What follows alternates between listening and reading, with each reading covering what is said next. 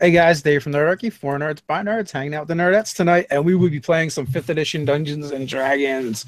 We're down a player tonight because Megan, is feeling a little under the weather, so hopefully she gets back. But we're going to carry on anyway, and so I guess if you guys want to just introduce yourselves real quick and what characters you're playing. Okay, I am Samantha, and I'm playing Agnatha, the half-elf barbarian. You can jump in there, Jen. I'm Jen. I'm playing Deneen. She's a wood elf rogue with a smidge of cleric. Last but not least, I'm Jean. I'm playing Ayrton Perrycath, the paladin of the Beggar King. Awesome. And tonight our recap is going to be done by Jen. All right. So let's see. We had just finished dealing with this dragon turtle. So then we headed up down the river to the little village where we had defeated the monarch before, trying to follow up on that lead. It's where the kids Cindy, Liam, and Angus live. Or should I say lived, because we get there and the village is decimated. It smells of death. And there's claw marks everywhere, maybe from those gorilla monsters that we saw before that tried to kidnap Angus. And then we were attacked by these horrible greenish monsters with black nails. I have no idea what they were, but Agnatha successfully caged them in a wall of thorns from her glaive. And they shredded themselves trying to escape, and we set them on fire. So that went pretty well.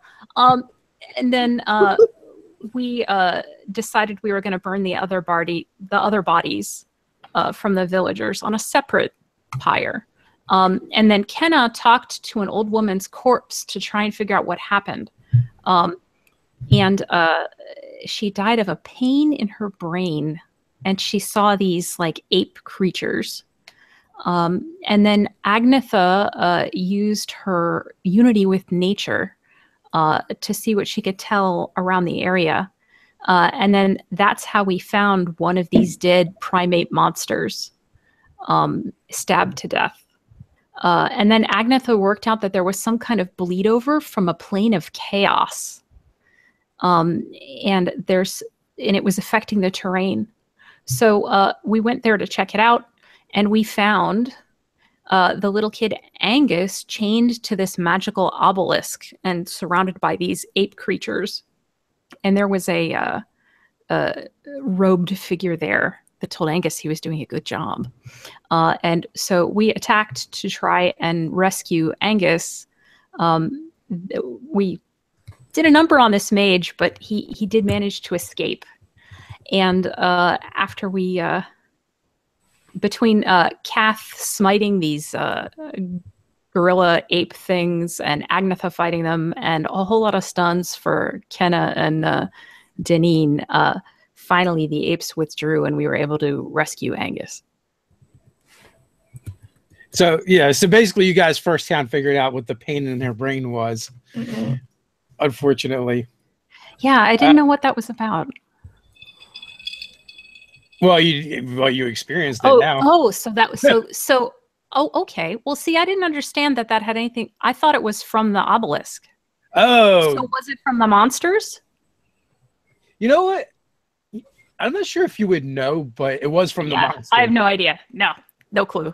Just because it was psychic energy. I don't think not necessarily a visible sign. Okay.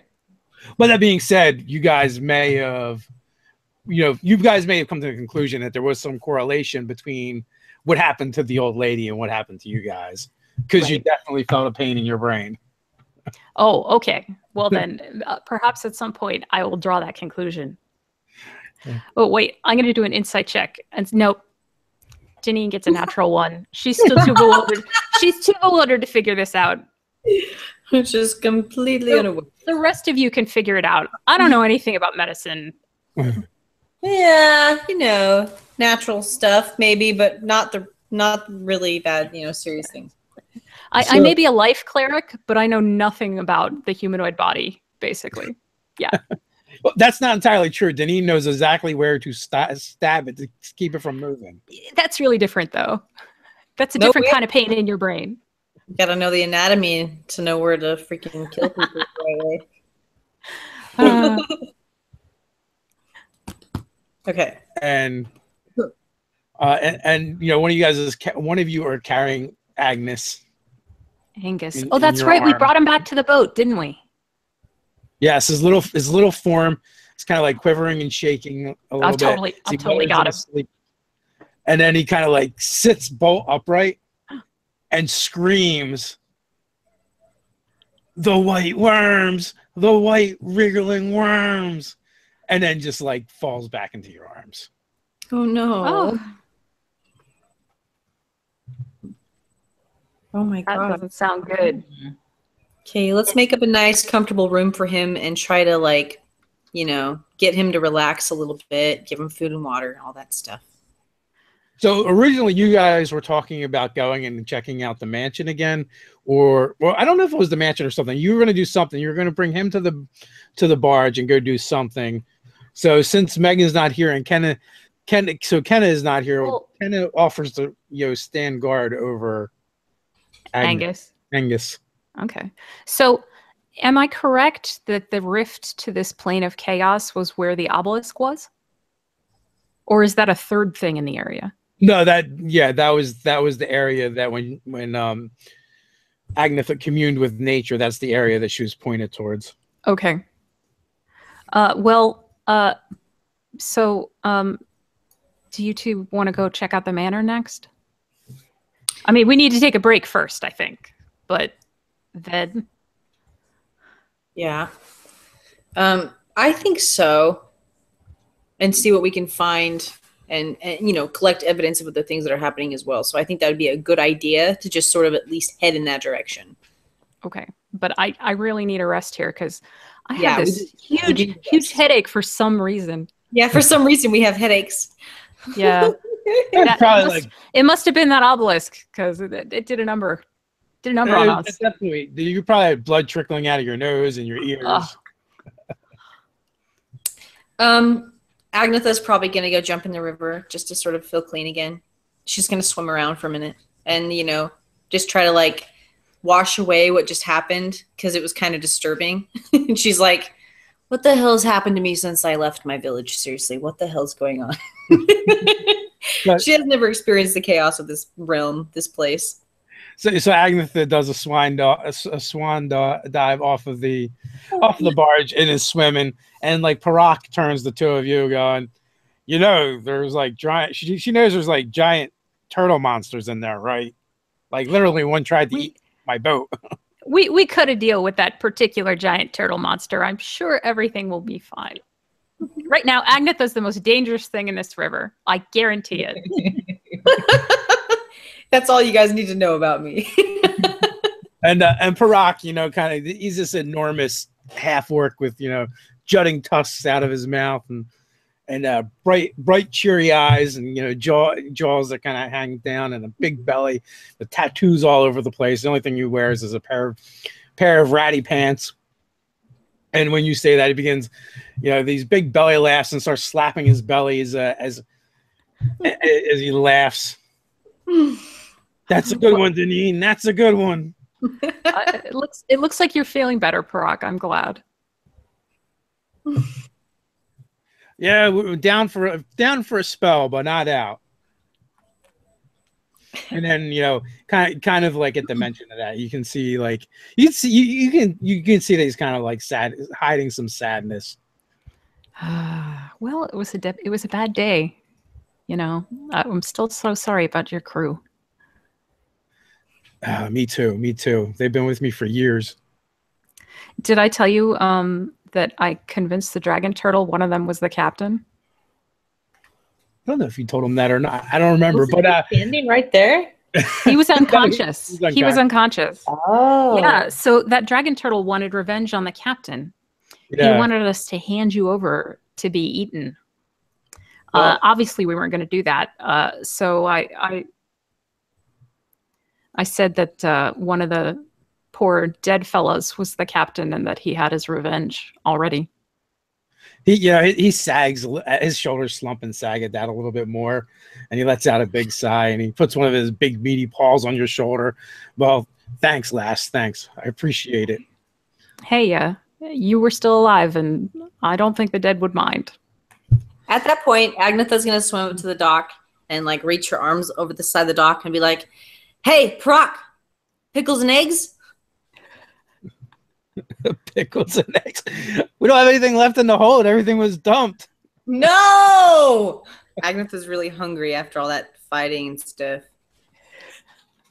So, should I go hunting or something before we take off into the woods, or is that not a good idea? We have no more food left in this ship barge thing. Well, I could make us something to eat, but it takes away my ability to do stuff later. But I'm happy to do it. Oh, magically? Bites. Yeah. I'll be like, "Do you have anything to drink at least? Come on, tell me you've got some beer or something strong. Come on, buddy, tell me you got that at least." Kath pulls out like a couple different flasks and says, "Pick your poison." Woohoo! Sorry. That should be vibe. And then Deneen gives Kath a knowing look and says, "If only we still had some of that wine, huh?" Yeah.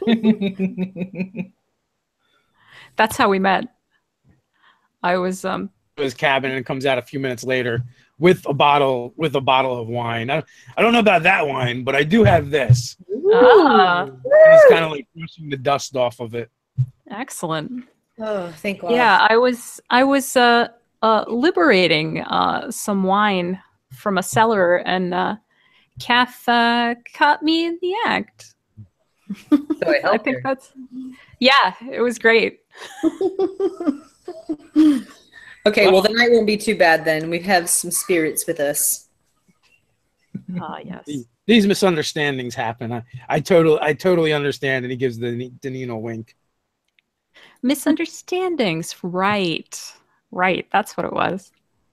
And then so he starts pouring out from this bottle of wine, and he turns to one of the other sailors. "Hey, lad, go grab the other bottles as well." I knew it. And, You had something up your sleeve. and then the sailor comes running out a few minutes later, and he's got like another 4 bottles. Oh, well, we shouldn't be overdoing it, says Deneen, Well, the mom. he's pouring for the surviving crew as well. Oh, well, then that's totally different. It's not just the 4 of you. He's like, well, what better way to celebrate those who are still among the living? Indeed. No better way than tributes to the Lord and Savior Dionysus. Nothing better. Man. Joking. Haha.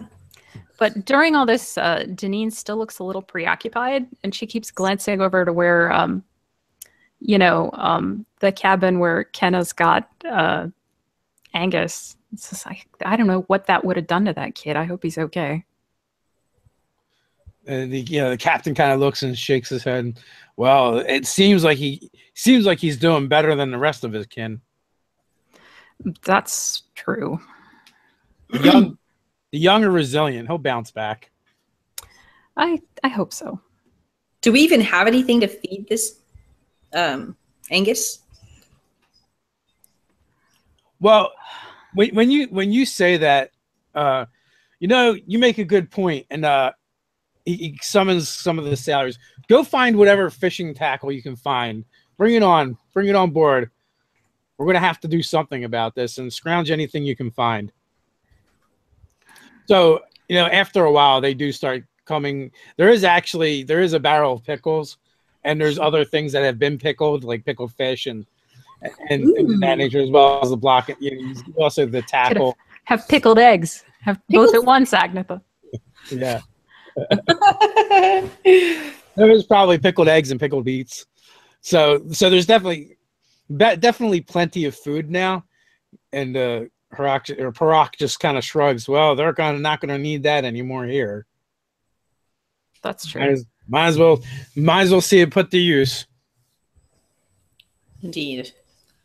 Okay, so except that we're dealing with the monarch who likes poisoning people, aren't we? If anyone gets poisoned, I'll take care of it. Okay. She's like chugging from a bottle of wine. She somehow got a hold of the whole bottle. She's like, nothing to worry about.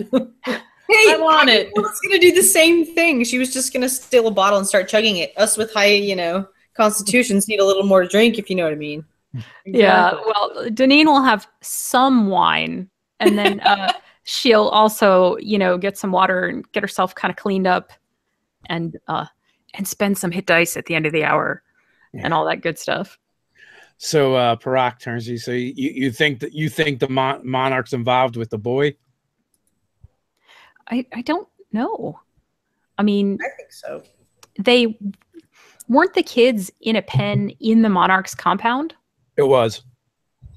But then these gorilla things were trying to steal them from the pen?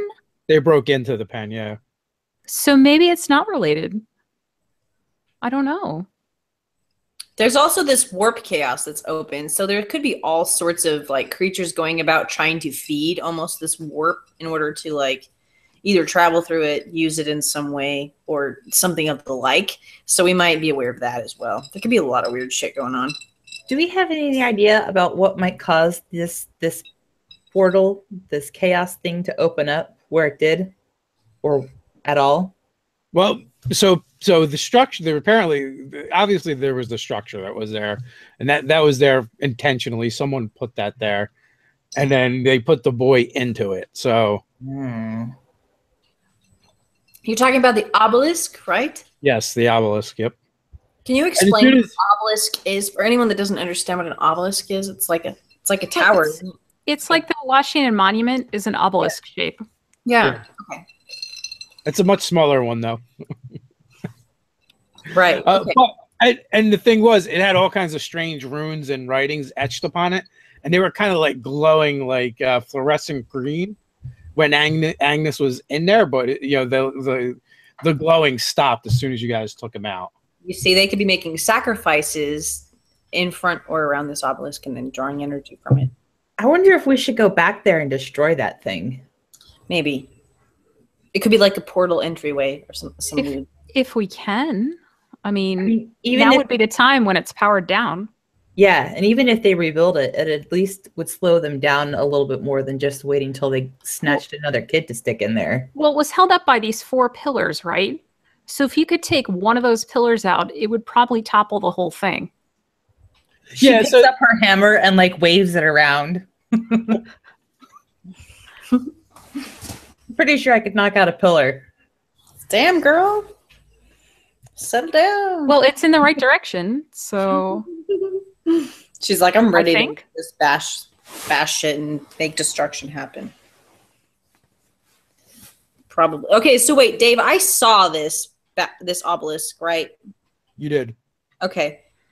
Agnetha is a Outlander. I mean, she's never really experienced all of the weird stuff that's happening around this area, so she's thinking the same thing. She's kind of like, well, we should at least head towards that direction. If we can't destroy it, we need to figure out what it's being used for so it can't be built again, stuff like that. But we've got to watch out, because if it stuns us again, we're going to be in trouble. Yeah. You have to be very careful. But hopefully it won't be able to do anything, because Angus isn't there. So it'll probably be inert. Okay.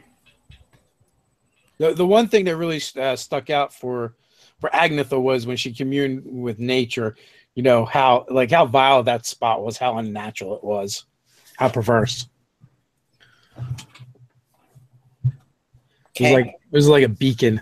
I had a really bad feeling when I saw it. So something's not right. Kind of like that? Yeah, it's super, super unnatural.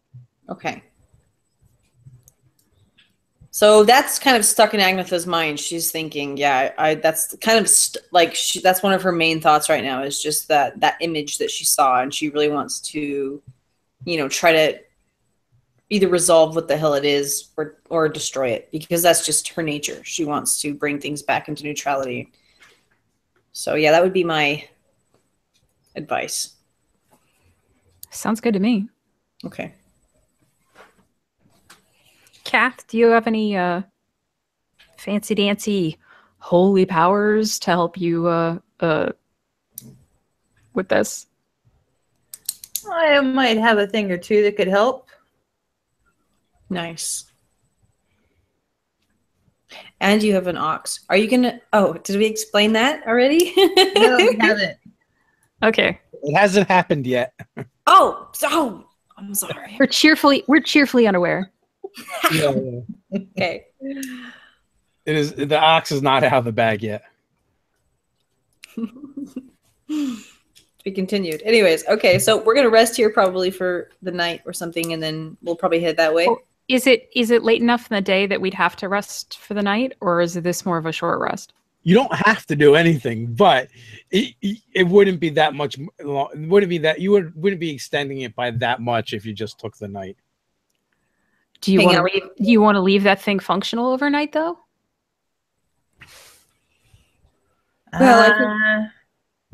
Well, we'll get our rest out of the way, and then we'll go at it as best we can. Okay. Yeah, then we'll be fresh to murder them when they return, I guess. Exactly. We'll be more refreshed to murder tomorrow, ladies. Let us just drink wine. It solves a lot of problems. I'm just saying, like it's not always my first choice, but sometimes just killing the hell out of a dude is the way to proceed. Indeed. So are you guys going to set a watch? Sure. I mean, I don't really need that much sleep, so I can do half that. So because I just meditate, so yeah. It's basically you and I are good at that. And well, you have to actually sleep though, because you're you're right. Yeah, half elves do need to sleep. Sorry. How is the paladin? Does the paladin? So it'll totally work. Okay, maybe that's what I'm confusing as my other character. Forgive me.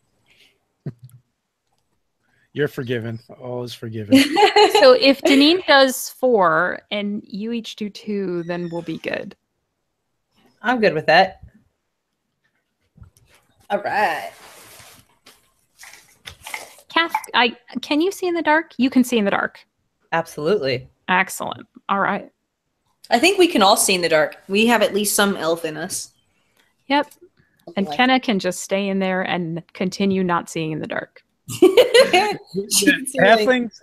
and dragonborns and humans are like the only things they can't see in the dark. Yeah. But yeah, you can totally, you got those bases covered. So excellent. All right, so you guys established the watch order, and actually nothing actually disturbs you guys throughout the night.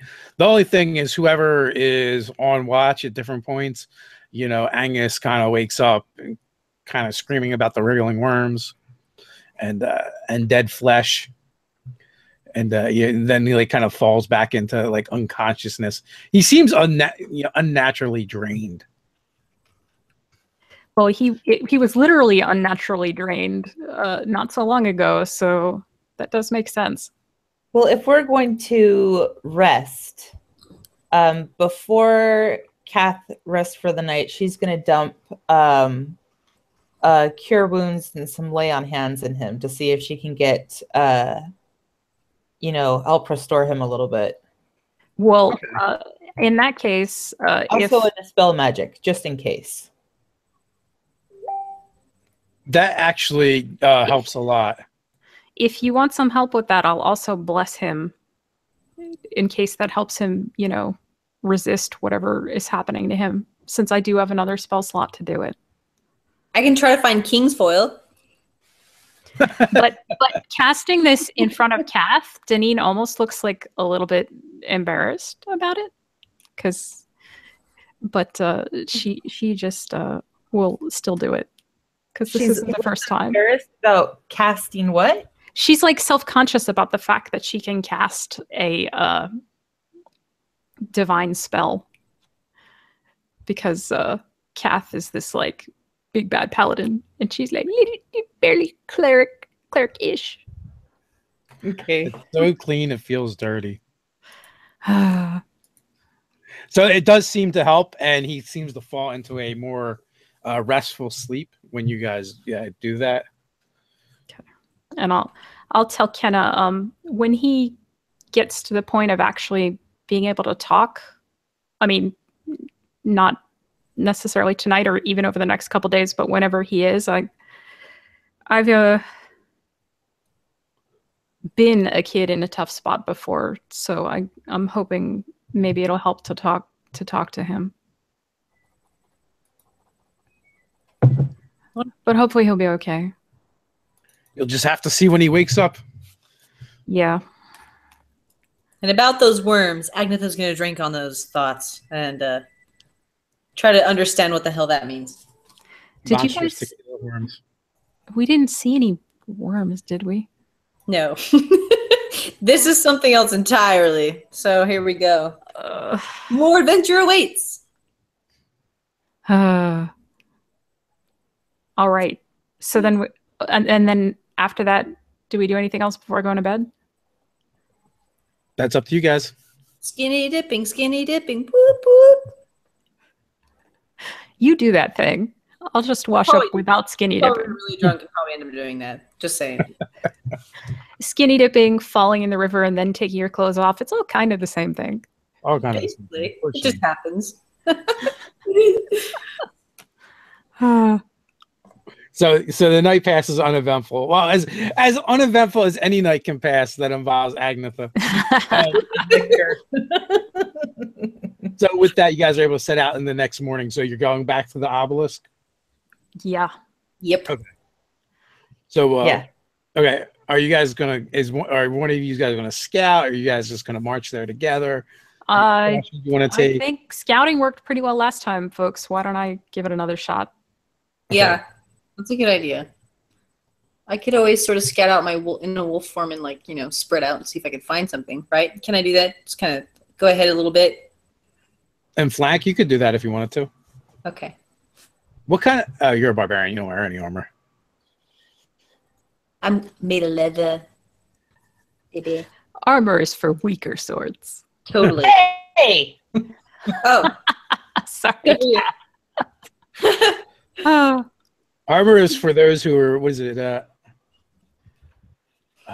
too unskilled or too lazy to dodge. Dodging is hard, all right? It's tricky. You ever had to dodge with a tail?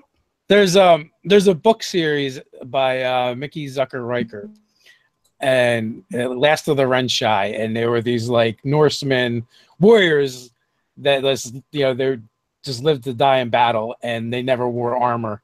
And there was like all these quotes in those books. If you get a chance, it's an awesome read. That sounds like my people. What's it called? Last of the Renshai. Ooh. I'll look into that. Okay. So, you guys, give me some stealth checks, those that are stealthing. 23.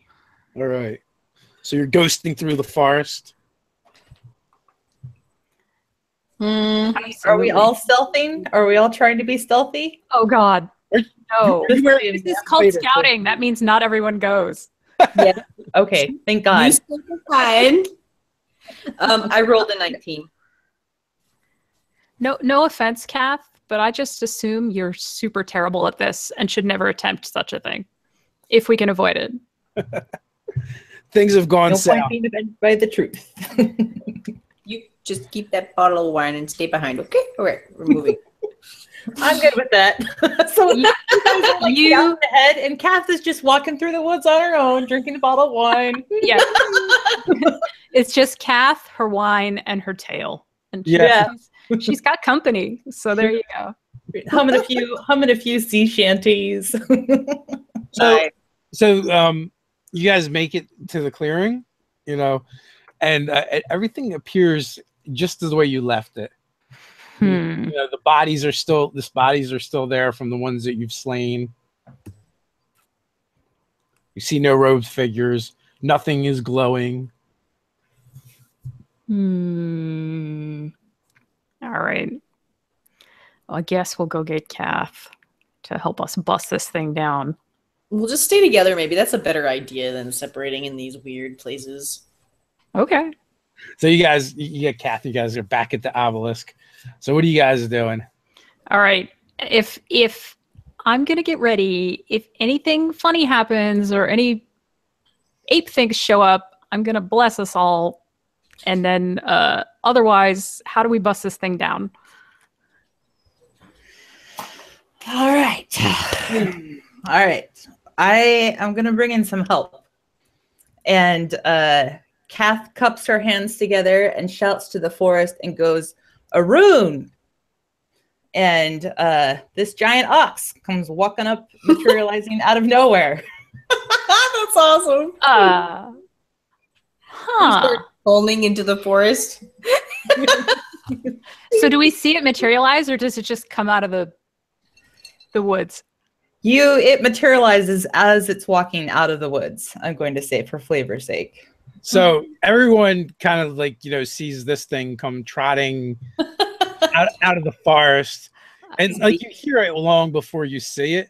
I love how scruffy it is. As it comes trotting forward. Fabulous.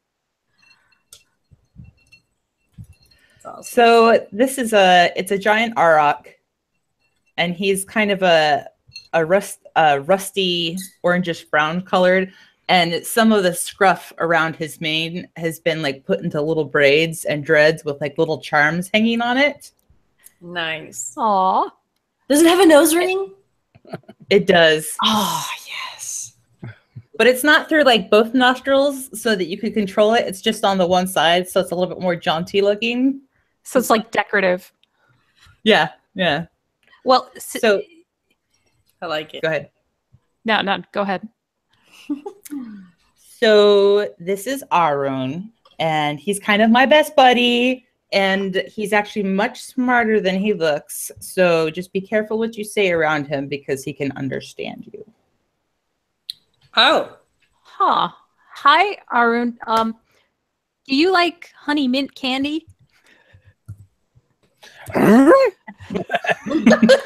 she'll pull one out and just hold it out for him. So this giant tongue, this giant like blue-black tongue kind of comes out of his mouth. Oh. And, like wraps around your hand like I need that like back. long ways and just I need that back. right back. I will sleight of hand it onto his tongue. It's like pickpocketing, but it's put pocketing, except it's put tonguing in this case. It's just like sandpaper was wrapped around your hand and just wet sandpaper. It's wet, slimy sandpaper. Deneen tries to be unobtrusive as she wipes her hand off on Agnetha. Agnetha's crouched on the ground, like smiling, trying to make eye contact with it and like waiting for it to come up to her. She's like, "Oh, it's a new beast. I love these." She's just happy to see another like animal around. So, well, this is great. And he snuffles around Deneen looking for more candy, and then he'll make his way over to Agnetha. And I say, Arun, this is Deneen, and this is Agnetha. These are two new friends. We're going to be traveling with them for a while.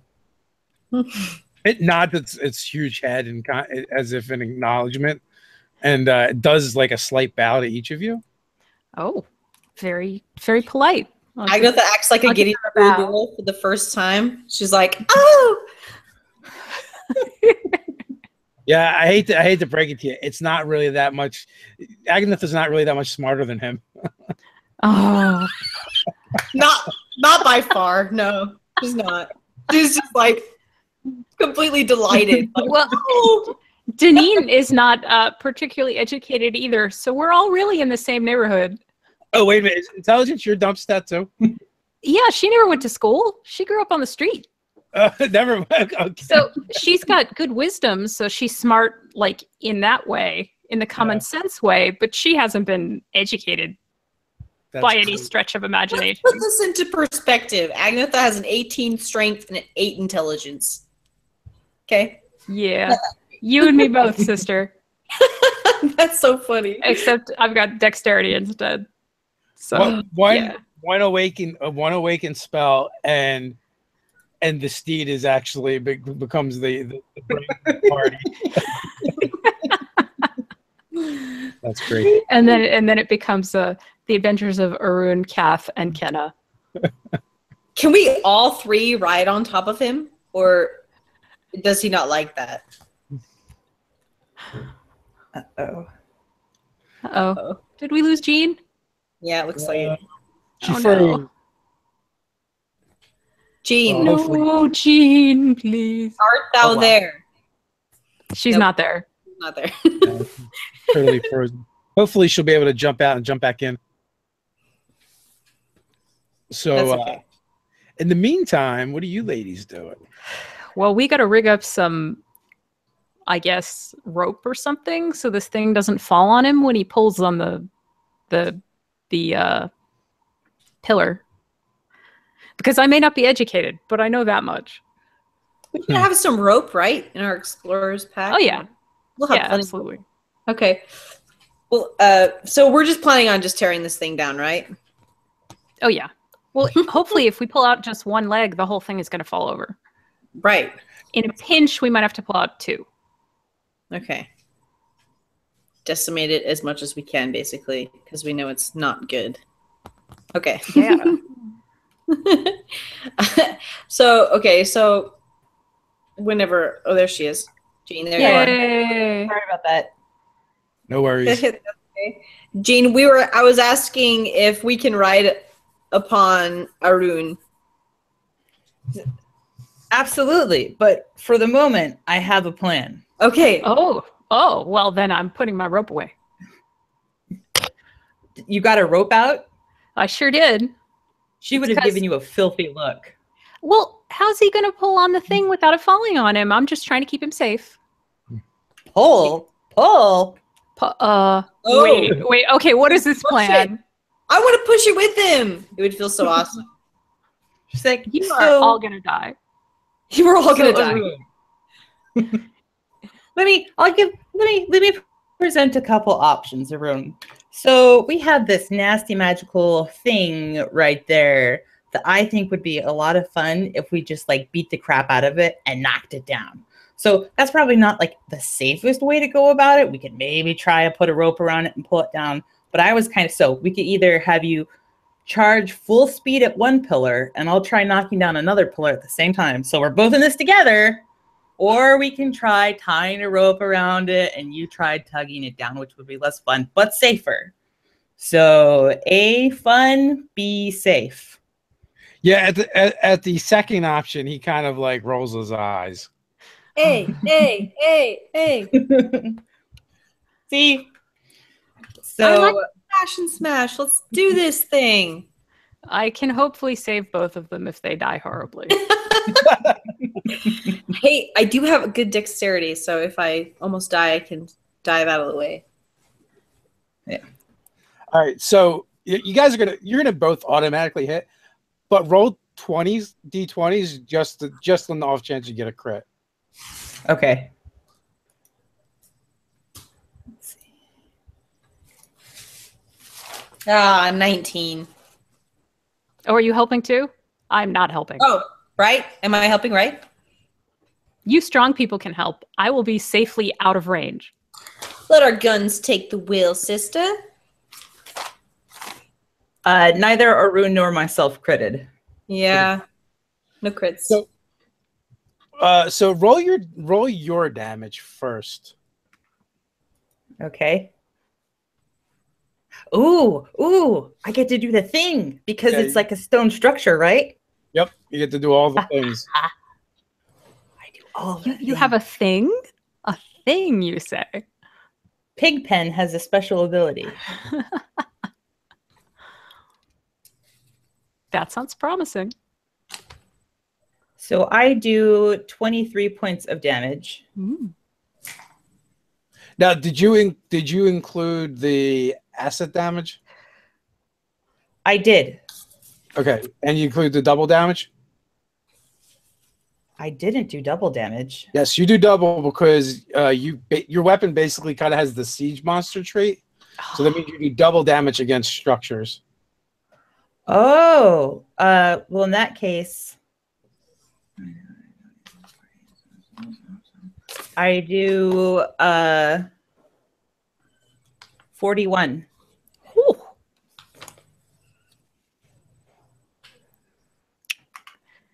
Wow. That was enough to kill 10 men. And then let's see. So while she's Five. calculating So- damage, she reels back with the hammer and spins it and slams it into one of the pillars, one of the columns. And as it hits, you see you basically looks like you're watching the stone age and get ravaged by time right before your eyes. Wow. Not bad. As it begins So to- is it directly the damage that she's doing, or is it just sort of dying? it's the damage she's doing. Wow. So how much did you end up doing total? I did 41 total, and then Arun came streaming in behind me, and he did another 15. Okay, so he did 15, but he actually did significantly less. And Agnetha, if you want to do your damage as well. I rolled in 19 for damage. Okay, so again, the same thing is like it's very resistant to the strikes. But the hammer just blasts through two of those pillars at once. So it is now going down. Very cool. Janine applauds in the background. Did I hear a cat?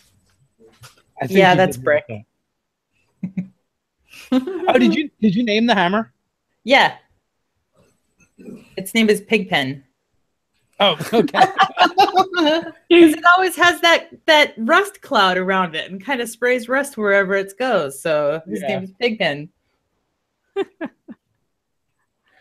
Not very like intimidating, but I figure with the Beggar King as my deity, It's I can highly do it. appropriate. I love it. So Pigpen blasts through two of those columns like they weren't even there. Boom. And they basically disintegrate. And then there's a huge crash as the obelisk goes over, slamming into the ground, lying there. Excellent. Very cool. And so you've accomplished that which you set out to do. And also, this place seems less eerie and unnatural, without for lack of a better word, the device being powered. Good. Excellent. Well, one more thing of chaos down. I'm glad So that it's you guys down. But who built this thing is the next thing. Probably that robed fella. Well, any of you have knowledge history? I have history. You can make a check.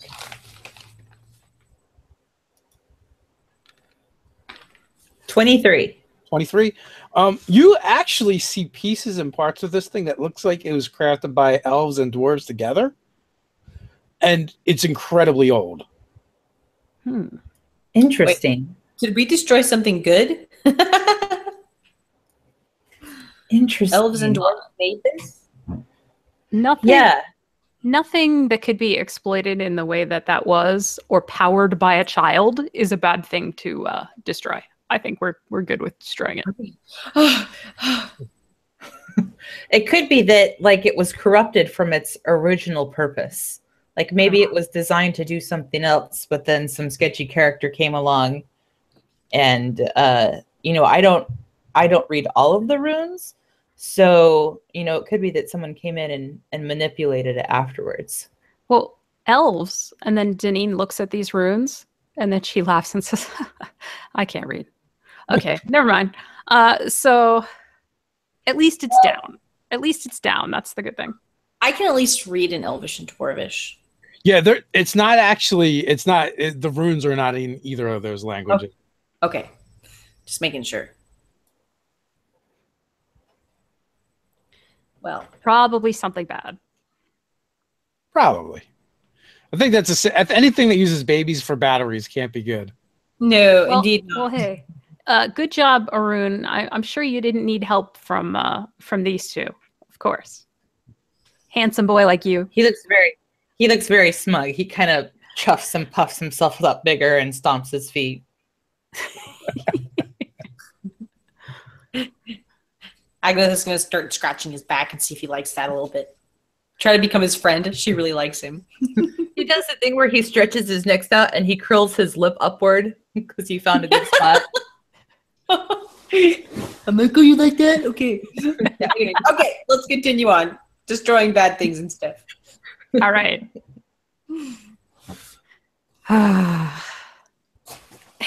To the monarch's compound. Indeed. All right. Let's head that way. Let's do. We know at least the direction that we're heading, correct? You do. You guys have been. You've kind of been in this area before. You've been to Two out of three of us know where we're going. So. All right. So, without too much trouble, you do find your way to the compound, and it looks the way it did before. You know, there was behind it. You know, you're gonna find the hole where he was keeping the troglodytes. There's the broken up cage that the children were in. There's the wall around the compound, and then there's the mansion itself. It's like it almost looks like like a plantation house. Does it look pretty abandoned? It does look abandoned. By the time you get there, it's dusk, so it's just starting to get dark. There's no lights. This is the same place that we have already been to, though, right? It is. Okay, so has anything changed really since we've been gone? Do we notice anything different? You don't see anything. Okay. All right. So it's almost dusk. Do we want to go in there and start some trouble, or do we want to back off some camp and then hit this place at daybreak? We might observe it from the night and see if anything happens there. That's true. If there's any lights, that would be telltale. Yeah, we can kind of hang low in the forest and see what we can find in the nighttime, see if anything else happens, since we know that there's a weird chaos. Hey Dave, did the monarch look human? Or, okay. Just checking. So he would want lights if he were here. Yeah, he definitely was human, and kind of looked to be a bit of a dandy. This explains the Chippendales. Yeah. All right. Well, yeah, we can keep a watch on the place and hole up.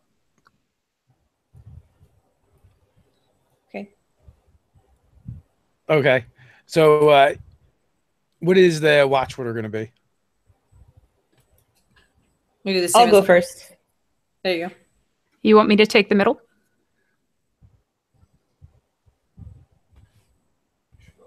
Okay. Why don't you take last, because then you can get your 4 hours knocked out and then just be up. Oh, that's true. Yeah, that makes sense. Yeah.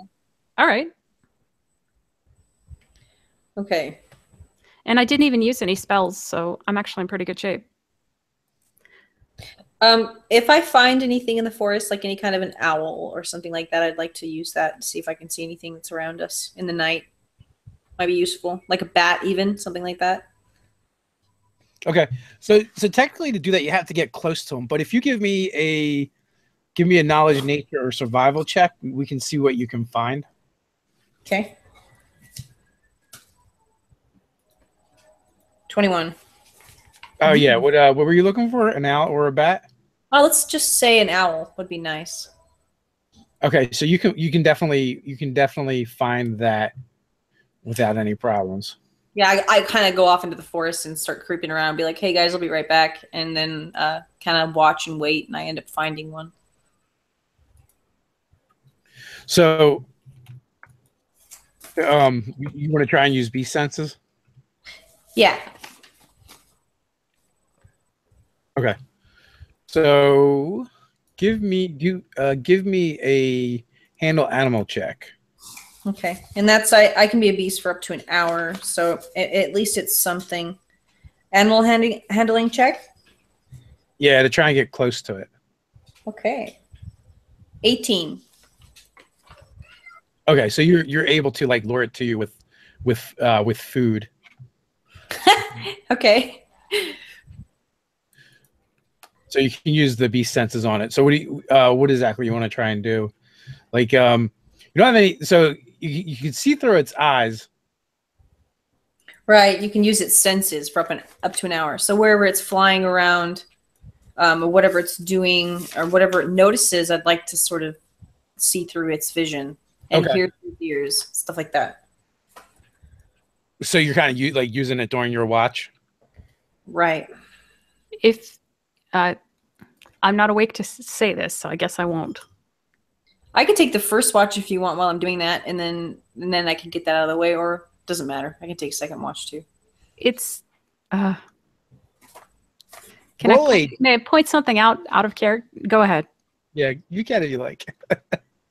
What? Well, while you're doing this, you're not going to be able to see or hear anything yourself.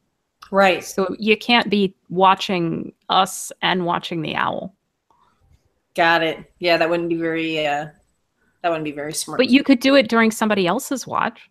Okay. If you're okay for a little while Jean is watching, I can kind of creep off and see and be like, while you're watching, I'm going to go find an owl, and then we can do it from there. That's a good idea. That makes sense. Okay. All three of you roll a d6 for me and tell me what number you get. Ooh, a d6. Like a d6. A 6? A 2.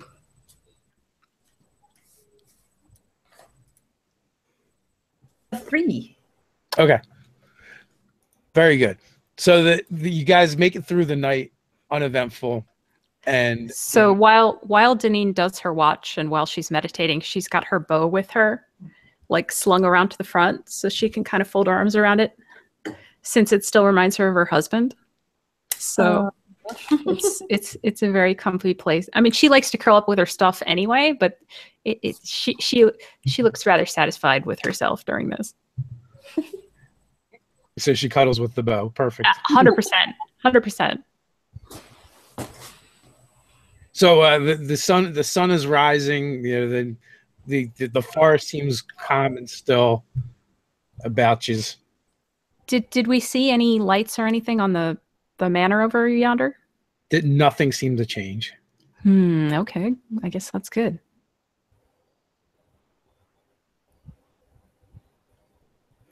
Excellent. So what are you guys doing? Okay. So I explained to Kath, this is actually where I met Ken and Agnetha.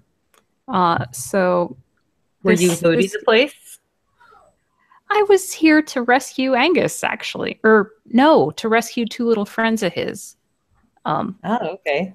Who we burned yesterday. Anyway, the monarch was keeping kids prisoner in this cage here. And then those big ape things showed up to get Angus specifically out of that cage. So that's why it's all torn up like that. So, and that is the extent of what I know about this facility. Agnetha, did you guys know anything else about it? Like, or about what he was doing here, or... No, I can't even remember. We were following him to see what we could find out, and that was what we found, was the children in the cage, and so we rescued them. Well, tried to. And oh, that's right. And then we figured out that he was using the kids as leverage, and we went back to the village with the kids. Right. Yeah. Gave him back to their parents and whatnot. We tried to destroy him, and he's just been hit and miss ever since. So, another interesting thing that Agnes starts to think about is wondering how long this sort of warp has been open, and if it has anything to do with those hags or anything else to do with just what we thought was the troglodyte thing, and what's really going on. So there's a lot of weird stuff. So she's sort of pondering and sitting there on top of the hut, and she's remembering the children, and she's angry, and she's trying to figure out what to do next. She's kind of mad that nobody was here. Yeah, and Kenna was saying the same thing yesterday. But we can't stay everywhere to keep. No, we can't. I mean, there are other ways. I know it's frustrating. How big is this island that we're on? Like, is this? Have we gone as far as we can in discovering this sort of place that we're in? No, it's not an island. It's Is it- it's just north of where Gryphongaffe is. It's Okay. So is it like lots of forests and stuff as we go in? It is. It's a lot of wilderness. Okay. So, we've got a couple options. We can either stay here and continue to kind of seek out anything else that's been going on. I imagine that anything, that whatever happens next is going to happen around this obelisk that we destroyed. So we could wait. Well, let's at least check out this manor. I mean, there could be like secret rooms or idea. leftover stuff. I mean, we didn't case the joint last time. We got to do it this time. And yeah, that's true. So since, no one's around, that's probably a good idea. Yeah. Wait till morning and then come back. So how do you guys want to proceed? So, I mean, we might as well stay together since it seems deserted. Okay. I can shimmy up the wall and, I mean, unless there's we could get through a gate or something, surely. Yeah, there's probably plenty of ways to get in. Shouldn't be too much. Yeah, we went over the wall before, but that's because we were trying to get to the kids. So, but yeah, let's at least look for a gate.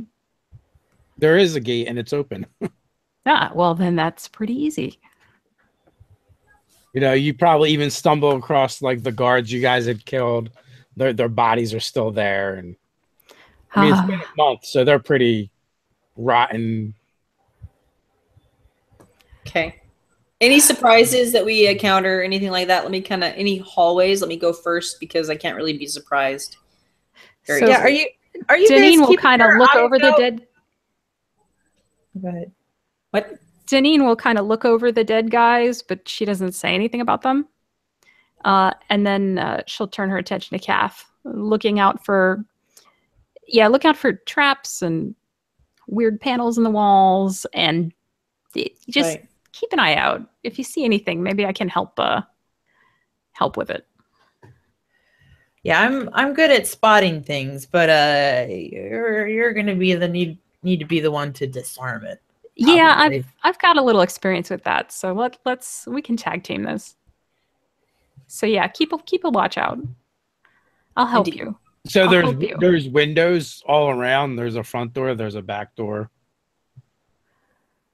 Is there stairs? Is there basements that we can discover and look through? And If there is a basement, there is not an exterior entrance. okay, so we don't know of any underground cellars or anything like that. He's such an evil man. Obviously, there's a basement of evil. There has to be, right? Yeah, exactly. I mean, what else would you keep there but evil? So, we'll go. We could just go in the front door, I guess. Okay, so you go to the front door. It's unlocked. Hmm.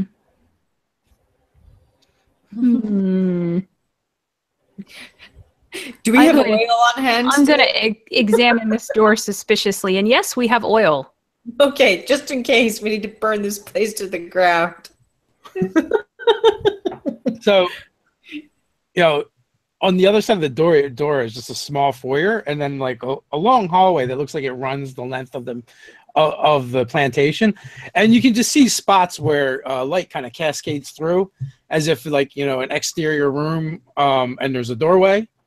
So it's like dark spots and light spots, and you see the dust motes kind of falling, falling through the light, and the faint waft of mildew comes to your noses. It's not too bad. And then give me, or what are your passive perceptions? 20. 15. 10. Okay, so 15 and 20, you do smell the faintest hint of troglodyte stench. Agnetha immediately gets angry. She's like, I know that smell. It doesn't necessarily mean there are any here. They could just be They've been here. Yeah. from before, maybe. It's Do we have any of those harnesses left? You could if you wanted to. I don't know if you have them on you, but you probably could have. Let me just for giggles. Let me put one on. Okay. Give me a minute. Get strapped in. That might have been something that we took with us. Yeah. Well, we had them. Right. I don't remember us throwing them away, so she digs through her pack until she finds it. If you find it, give it to me. In case. Just in case. Right. Can Arun fit through the door into the house? No? Kind of, but it won't be a door anymore. Turn him into a dog.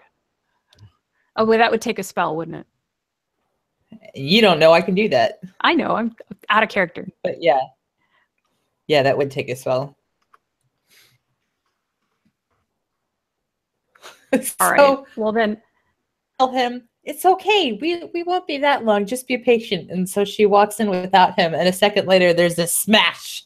And he's just bulldozed his way through. Because he doesn't want to be left behind.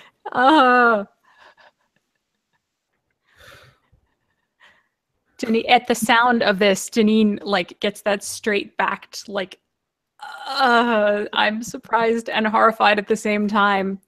Because that's probably a little noisy. A little bit. Whoops. Sorry. He like just ran through the door anyway. Yeah.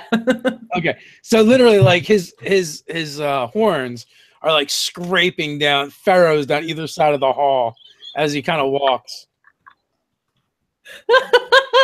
I love it. Plaster is just flying.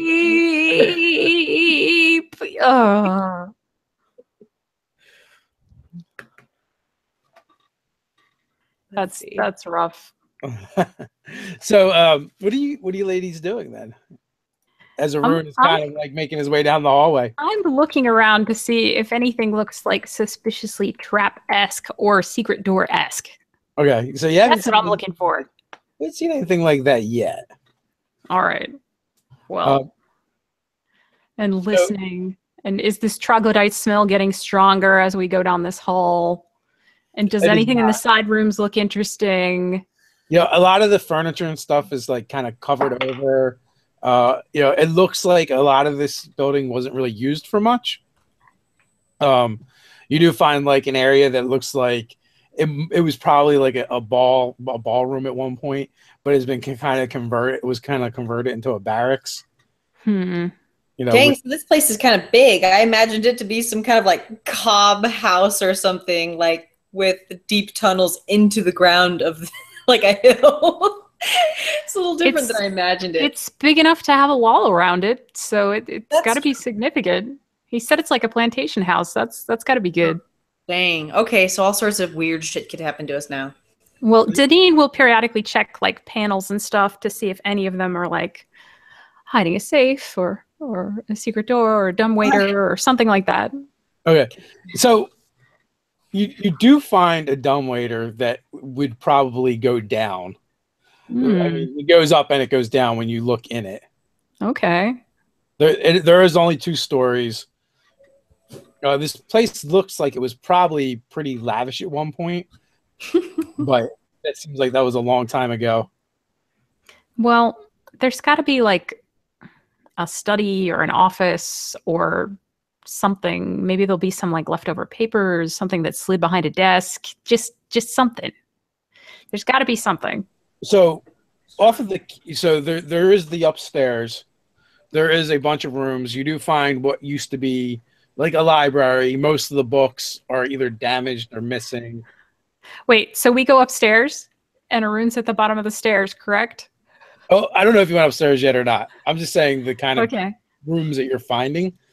You know, there's definitely like servants' quarters and, you know, and this is all kind of on the first floor. Okay. You find a really big kitchen. And off of that kitchen, there's the door to the back of the house is actually right there. It's connected to a very large dining area, and there's also there's a door to a pantry. I feel like we're in a bad spin of The Shining, like, you know, just like and, house that's and that is where you actually do find like the secret door you've been looking for. Yes. Oh God! And it's not even like it's more of like a concealed door than a secret door. I want to say. So it's discreet. Yes. Okay. And it leads down to the basement. Hmm. Oh, Do you want to check the You want to check the upstairs first? Yeah, All right. I guess. Well, let's just make a note of this, and yeah.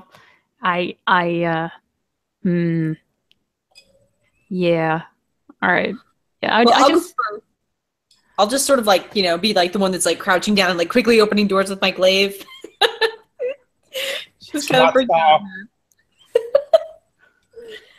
So yeah, Deneen will just like get a peek and see that there's stairs or a ladder or whichever it is, and then just close it again.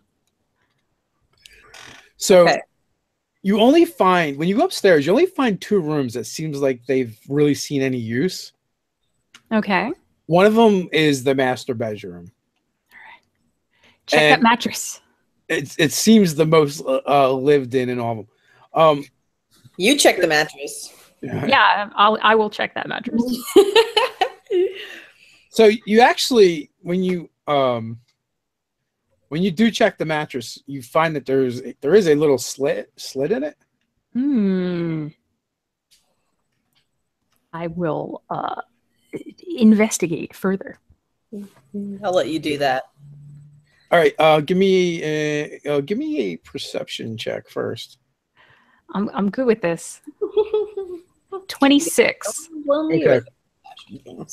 So one of the things that you notice in that little slit, like little slivers of needles have been placed at both the bottom and the top of it, so that it actually looks kind of like a mouth, but they're really fine. Like you can barely see them. So they're like poisoned or something. It's a trap, maybe. It could be. It looks like it's designed so that if someone were to just reach through it, they would definitely prick them. Yeah, she was probably looking at it like with her dagger or something. Yeah, you probably saw like the reflection of light off them.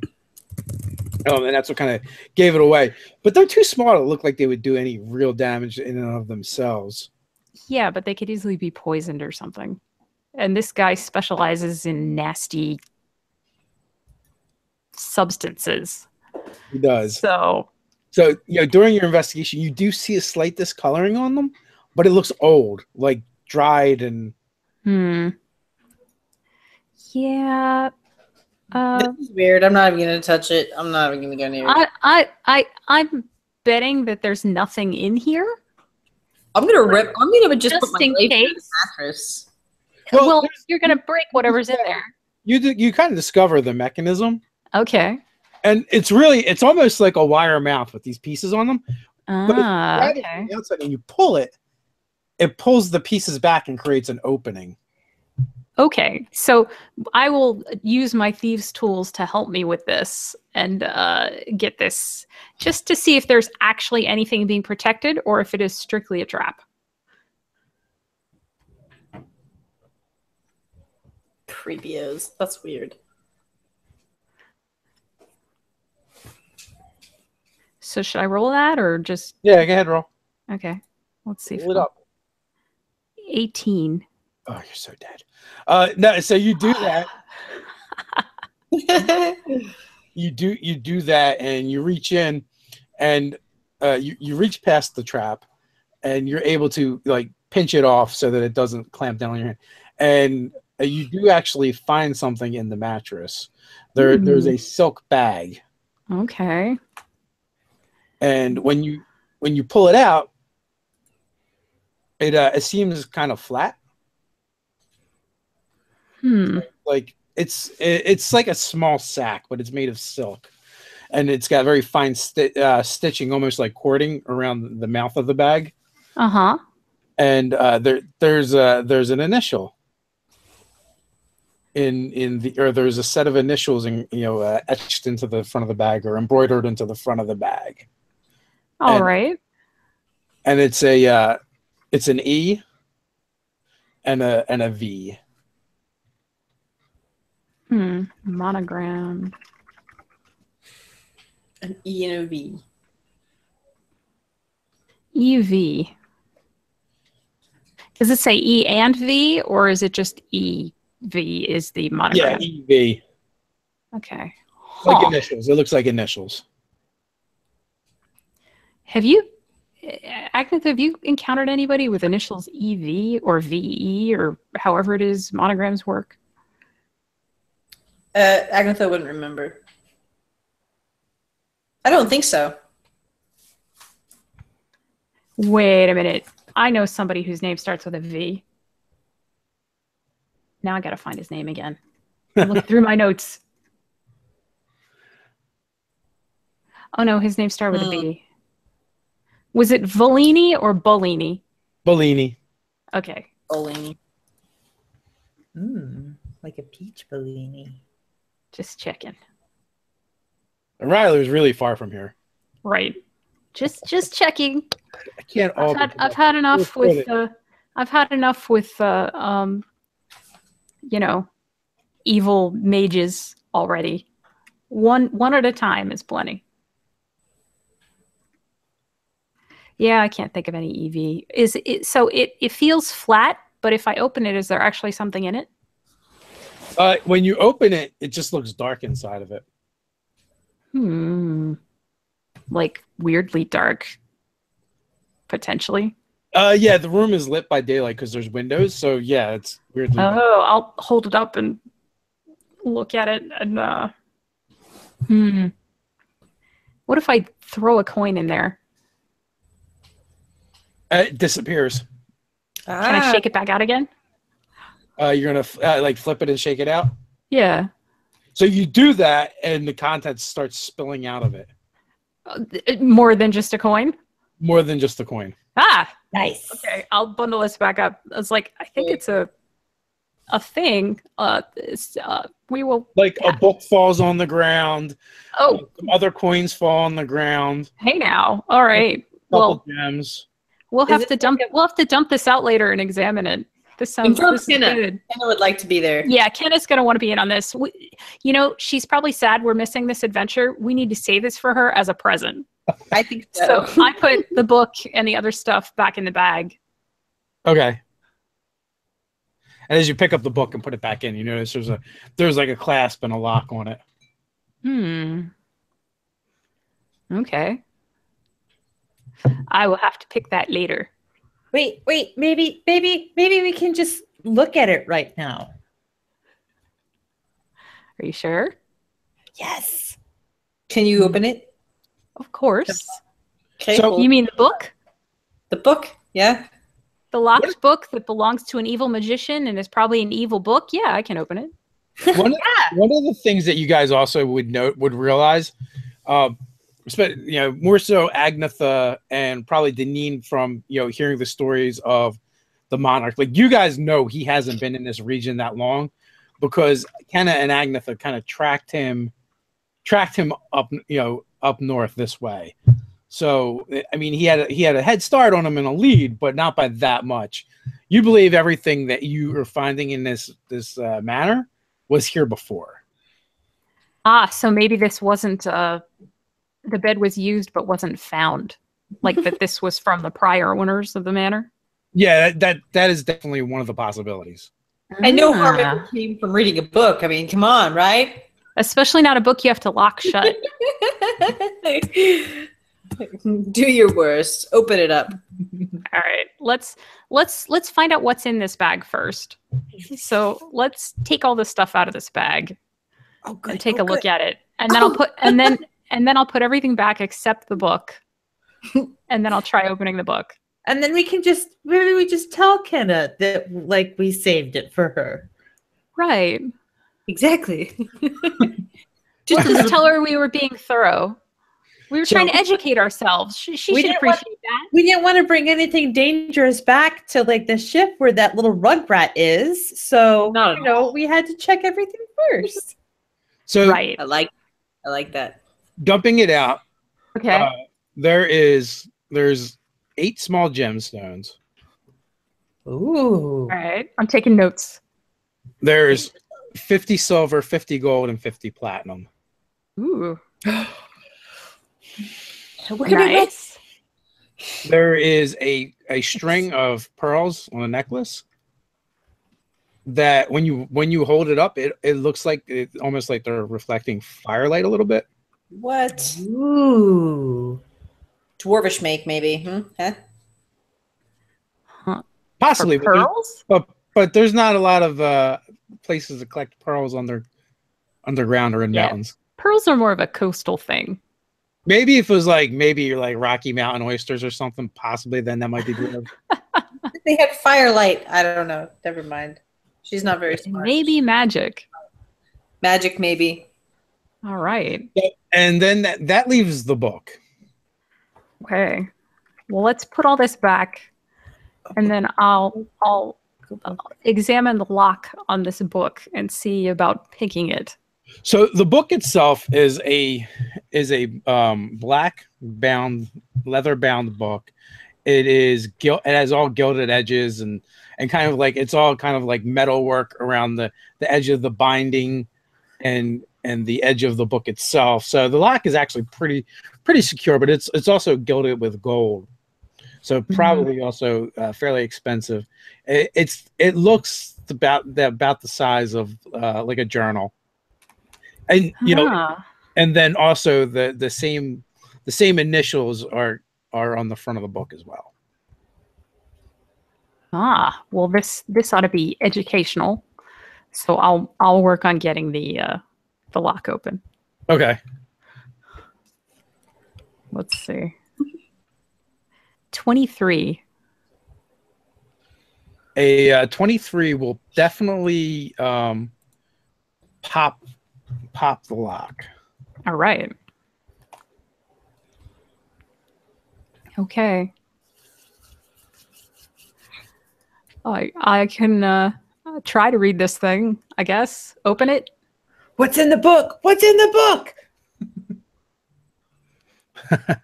So we're like behind, like, oh, exactly. So give me a dex saving throw. A dex save, huh? As you open the book. 22. And if I was ready for this, it would be even more. Why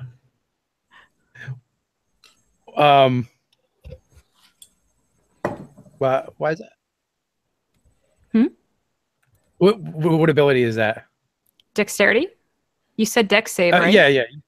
You said if you were ready for it. Yeah, since in no possible way could this black book in the trap possibly be trapped itself. So I was just never mind. Go ahead. 22. All right. Okay, so you definitely pass your saving throw. Excellent. As fire shoots out of the book. Oh, now you've done it. Now you make me roll dice. Leave me no choice. So you will take half of 25. I would, but instead I take nothing because I use evasion. Oh, because it's a dex save from a thing that I can see, and and I succeeded. Okay. So yes, somehow this fire goes everywhere Deneen isn't. Excellent. So somehow you turn and like point it towards one of the windows, and the window blows like the out. Matrix. She goes. Agnetha's just like, woo! So because Kath was all like leaning over your shoulder, watching really carefully, I think that she gets a face full of fire, but luckily she's resistant to it, so it doesn't do anything. So she just gets totally covered with like ashes. Yeah. We no longer have eyelashes or eyebrows. Still hot. Still hot. Oh, Kath, are you okay? Oh yeah, that's great. Do you want me to hold the book? Yeah. Actually, we could put it back in its bag. Maybe it'll be happier in its bag. Wait. Is it readable now that it's burst into flames, or did the pages burn? No, the pages did not burn. It just flashed. It's like the fire like poured out away from the book. It was like okay. Kath, why don't you read this book in case it has fire on every page? Wait. Who has more intelligence? I do. You do. Oh, that's right. You and me, Deneen. We're not that smart. Okay, yeah. Kat, your turn. I'm a very educated individual. Okay, Paladin. lady. So it doesn't take you long. The E stands for Amelia, and the V for Vexonia. Amelia Vexonia. Yes. She sounds like a vampire. And it turns out it is just a woman that lived in this plantation, and she was, comes from a wealthy family, married a wealthy husband, and it's basically just her journal and diary. There's no like interesting information about like magic or the plantation. Are there any codes or anything like that hidden in here? It depends what you consider interesting. It talks about yields and balls that were thrown. And Skip to the end. Like, when was the last entry, and did anything weird happen before that? And like, maybe they know the monarch from somewhere. So the last entry was actually probably like a decade ago. Oh wow. But that being said, it just kind of ends like it's like all normal, and then they just stops going. Okay. Not nearly as much fun as I thought it would be, given the fact that it had such a fun thing that happened when you opened it. Right? There's got to be something else. Agatha screams. Read more. They're just this can't be it. She would not fire trap. Who would fire trap some winged diary? Look, Kenna may know who Amelia Vexonia is, for all I know. I sure don't. So we'll ask her about it. All right, but if it's not important, dibs on this book. You can use it to warm up whenever you want to. Yeah, exactly. Just open it when we need fire. There's more pages in here. This is such like a great prank to play on somebody. I'll be like, that's my eyebrows. Are they okay? Considering the state of her home, this lady is probably dead. So I will feel sorry for her at least. I'll read it a little at some point. Agatha's like stomping her feet on the ground, trying to see if there's any sort of trap movie door on the ground.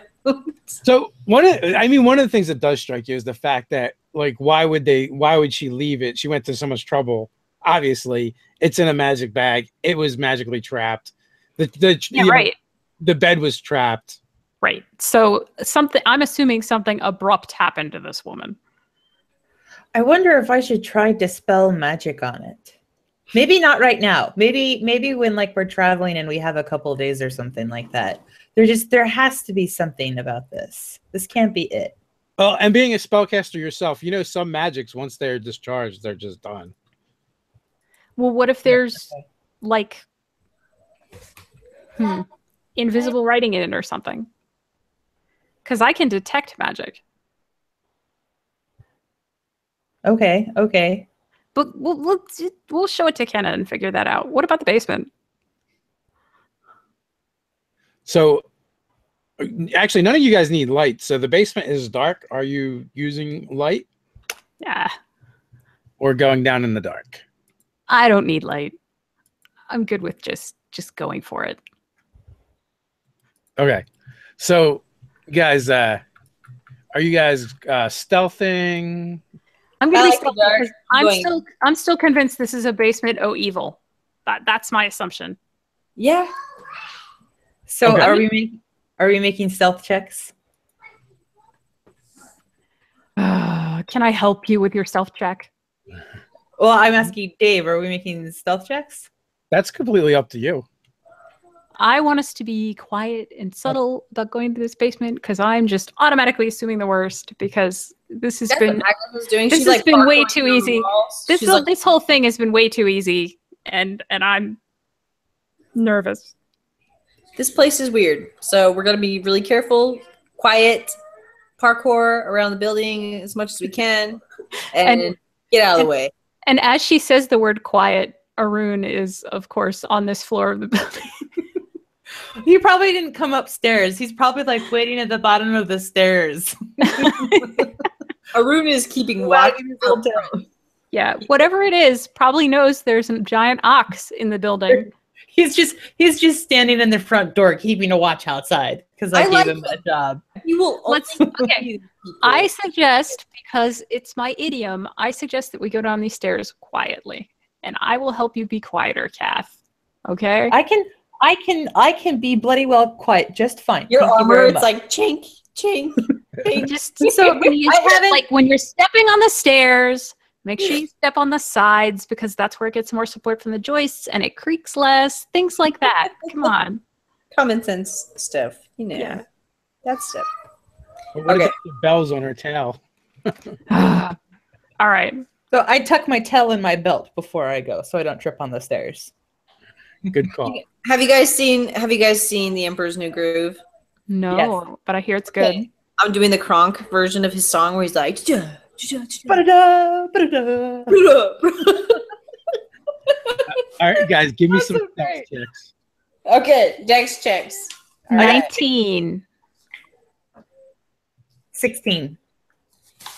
Dexterity. Let's see. I know I have.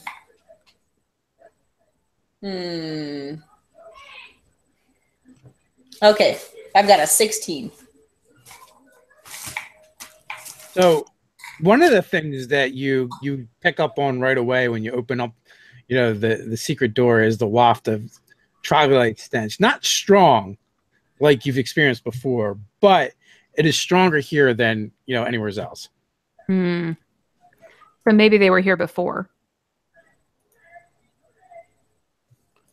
So, as you head down the steps, you begin clearing the walls. You can see that there's apparatuses set up all over the place. It kind of reminds you of Sheila's workshop, only on a much larger scale. There's alchemy stuff all over the place. And then you see there's two very large, they look like tables, but they're standing like upright on a 45-degree angle, and they got strapped to them troglodytes, one on each. And there's all kinds of tubes and wires going into them.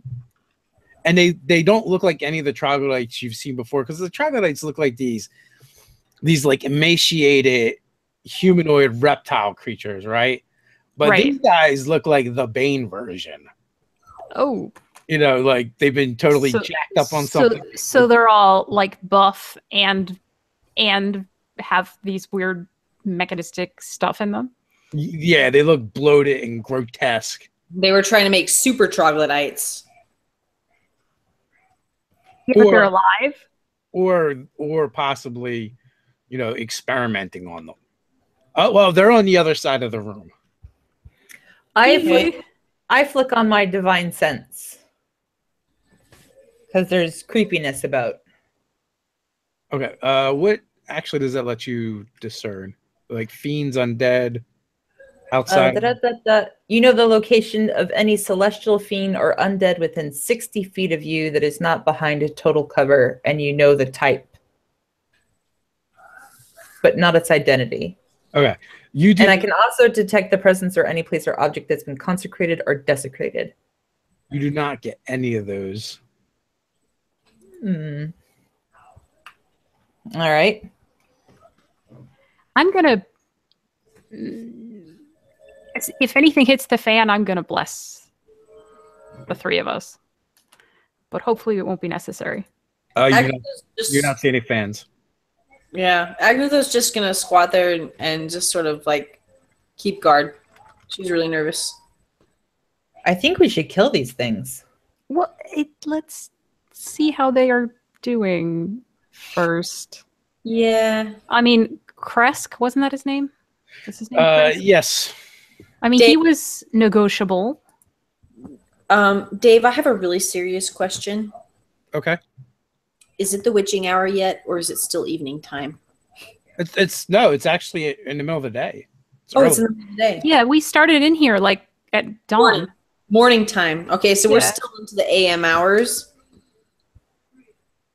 We might want to see what happens in the PM hour. You know what I mean? Like late in the night, maybe like after 12. Well, nobody came here. Nobody came here last night. That we saw. Maybe there's a secret tunnel around here. Why don't we just ask them?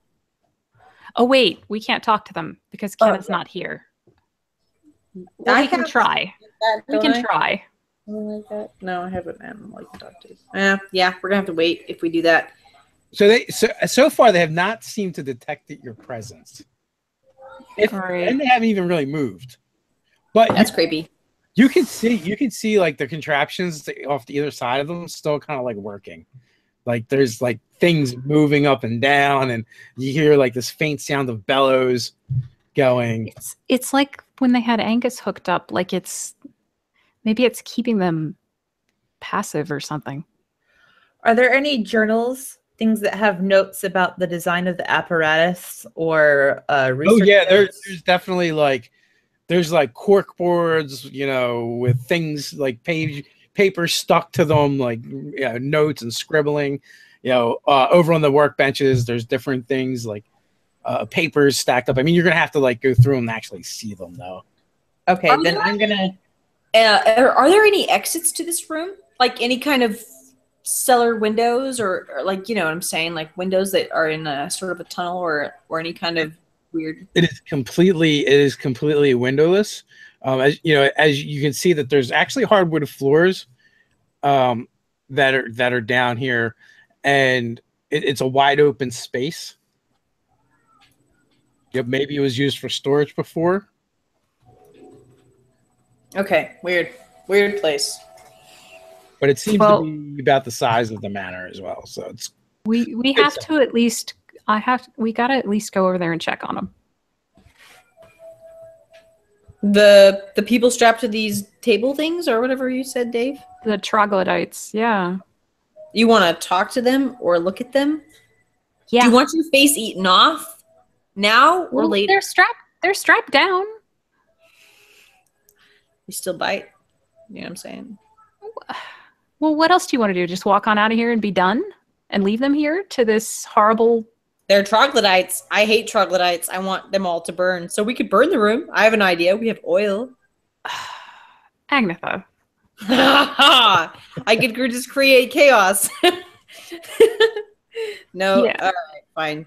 We're supposed to try and figure out what the monarch is doing. We can't figure that out if we just burn the place down. Agnetha's so enraged at this whole troglodyte thing that this has even happened to someone that she wants to just like, she's like, I need a break. She's going to go sit out in the hallway and like try to calm down. She's like really mad. Give me a stealth check as you leave. Okay, here we go. She's like, I'm going to go have a rollie in the hallway of this creepy building. So she's going to go hang out with Arun? A stealth check, you said? Yeah. Okay, let us see here. I rolled a 6. Oh no. So from the tables, like the heads move, and you hear yes. And they begin to step and walk forward, and they have these like thick leather straps across their torsos that just kind of like snap away. That's not good. Hello. Hi. We're here to rescue you. I really hope you understand what I'm saying. You don't see any recognition in their eyes, their black cold eyes, and even they seem less aware than the troglodytes you encountered before. And these things, that's not good. Muscles bulging all over the place. Okay, you guys can just stop there. And she holds up her hand to gesture stop, and she's hoping that her wearing the harness will help her with this. Maybe it doesn't seem to have any effect. And also, they don't smell like troglodytes. Oh, like, it smells faintly of troglodyte in here, but they do not smell like troglodytes. Huh. Okay. But they are balling up their fists. Does Agnetha? Yeah, I'm blessing. Agnetha, get down here. Did Agnetha recognize this happening, or did she go out of the hallway and missed it completely? You hear the groans as you're getting ready to go into the hallway.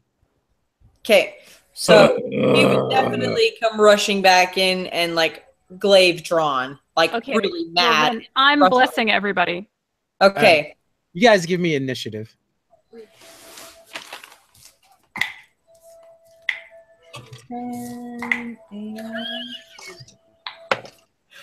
Ooh, 13. 19. Shoot their ass. Jen. Excellent, Jean.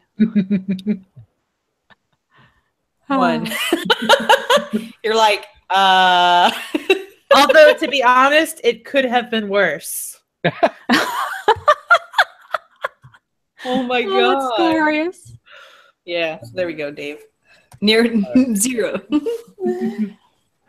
Whatever reason, the 1 did not take.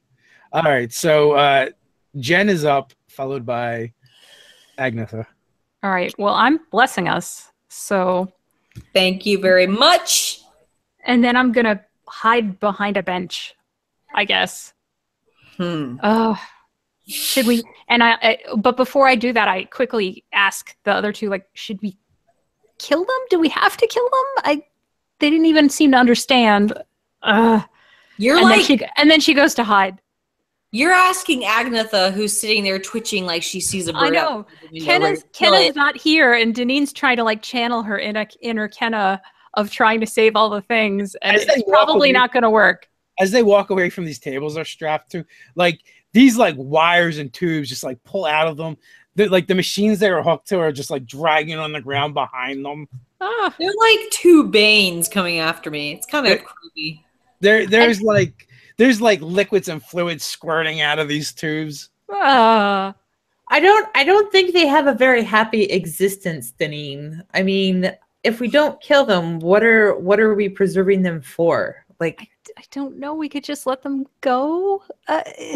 You know what? Silence. Agnetha does a triple backflip over you and tries to destroy them with her glaive. That's what's going to happen right now. Agnetha is going for the kill. She is twitching like a bird that sees, like a cat that sees a bird. That was the expression I was going for. Excuse me. She just wants to kill them. She's very mad, and she's already really uncomfortable being in this place. So she's just going to lose her mind and go for the kill. So are you raging? I'm raging hardcore. Yes. Okay. Here she goes. And also, I'm going to use my Great Weapon Master on this attack towards the one guy that's closest to Danine. Okay? Okay. So a 19 to attack. That was absolutely with the 2. Okay.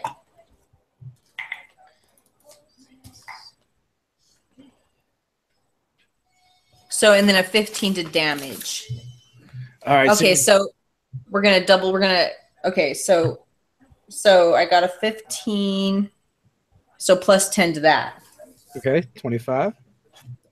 So you kind of like, kind of dive over Danine because you only have so much headspace. It's like 8 foot ceiling in here, but you're able to come up and kind of like do a somersault and then launch to your feet, leading with your glaive and slamming it right into its chest and grunts. And so that's your first attack. She's like, die! There's no blood when you pull the glaive out either. No. Gina! Calf. Or Kath, sorry. Kath. Sorry, yeah. And wrong universe. And Danine is just hiding behind a bench here. Are you going to take your other attack? That was both of my attacks. That was, oh, I'm sorry. My other attack, I guess I do have 2. You do. We take those at separate times. Hello. Oh, a 19. That's pretty good. That hits as well. All right. So both times your vines try and encase the creature, but both times it's like they kind of just they start spreading out and then they like wither and die and fall off of it. Oh, wonderful. I was gonna say I had pretty good damage. Yeah, wonderful. Okay. So how much damage was the second attack? 17. All right. All right. So you basically do these X crosses on its chest, and you open up these garish wounds, right? But nothing really comes out. It's like you guys have been around enough, and especially Deneen would know how kind of like the anatomy of a body works, where after they're already dead, there's rarely any blood after you wound it. And it's kind of like that. And yet they didn't register as undead. Ooh. They did not register. That somehow makes this even worse. All right. So, Agnetha, you are right there, and up in their grills. So both of them kind of turn to you. Can I make that sound back at them? You can absolutely make that sound back at them. And they just launch a volley of fists in your directions, which is kind of weird because when you guys had encountered the hostile troglodytes before, they would like claw and bite, but these are not. They're just like trying to punch you with these meaty fists. I take it a 12 does not hit you? No, it does not. What about a 20? Yeah, that hits me. So you get hit twice. For fist punchers.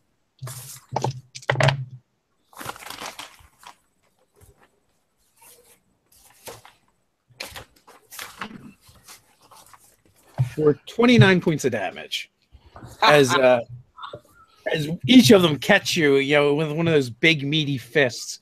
Fuck.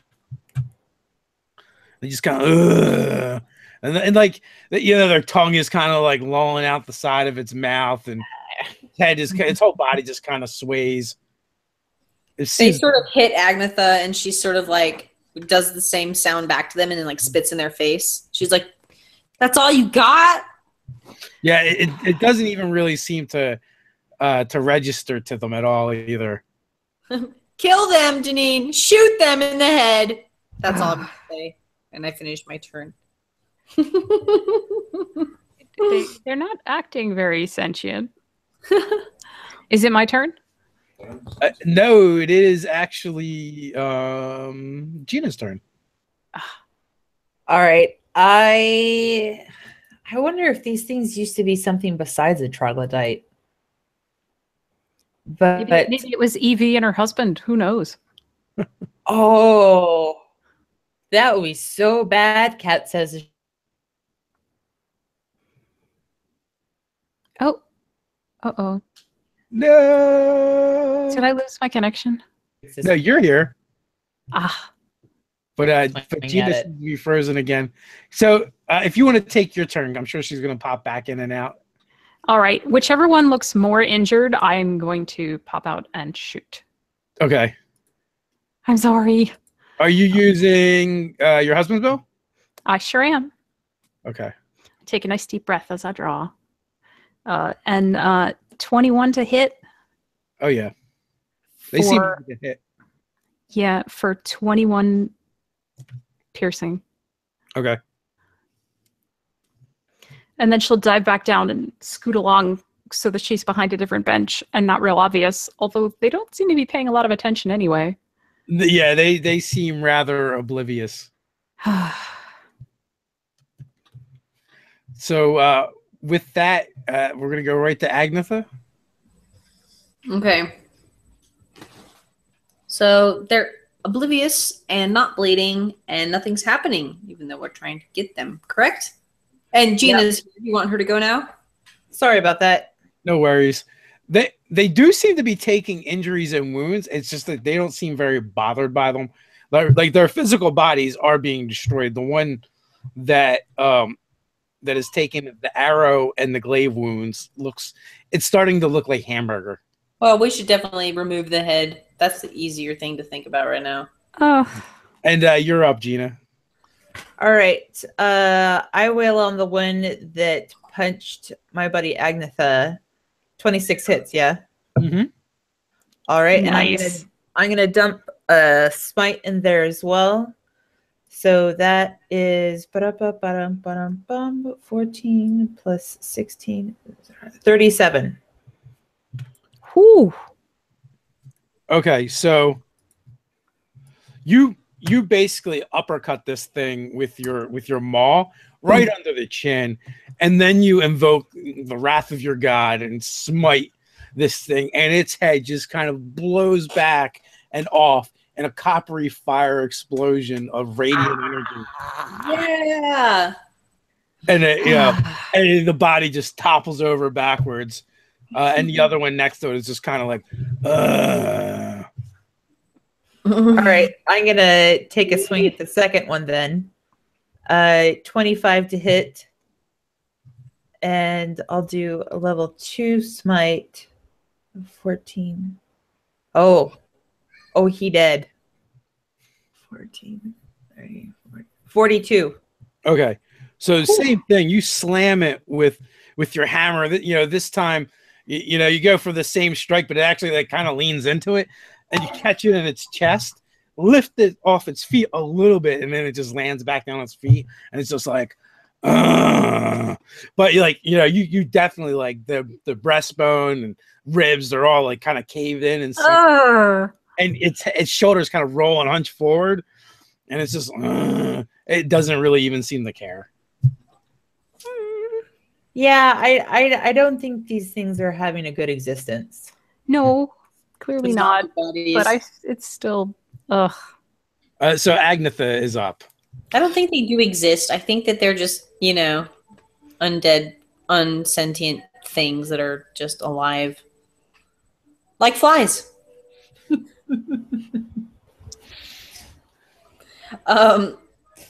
So they're all well, so what happened then? So the second guy is dead too or not? Oh no, he's Still up. Still up. Still up.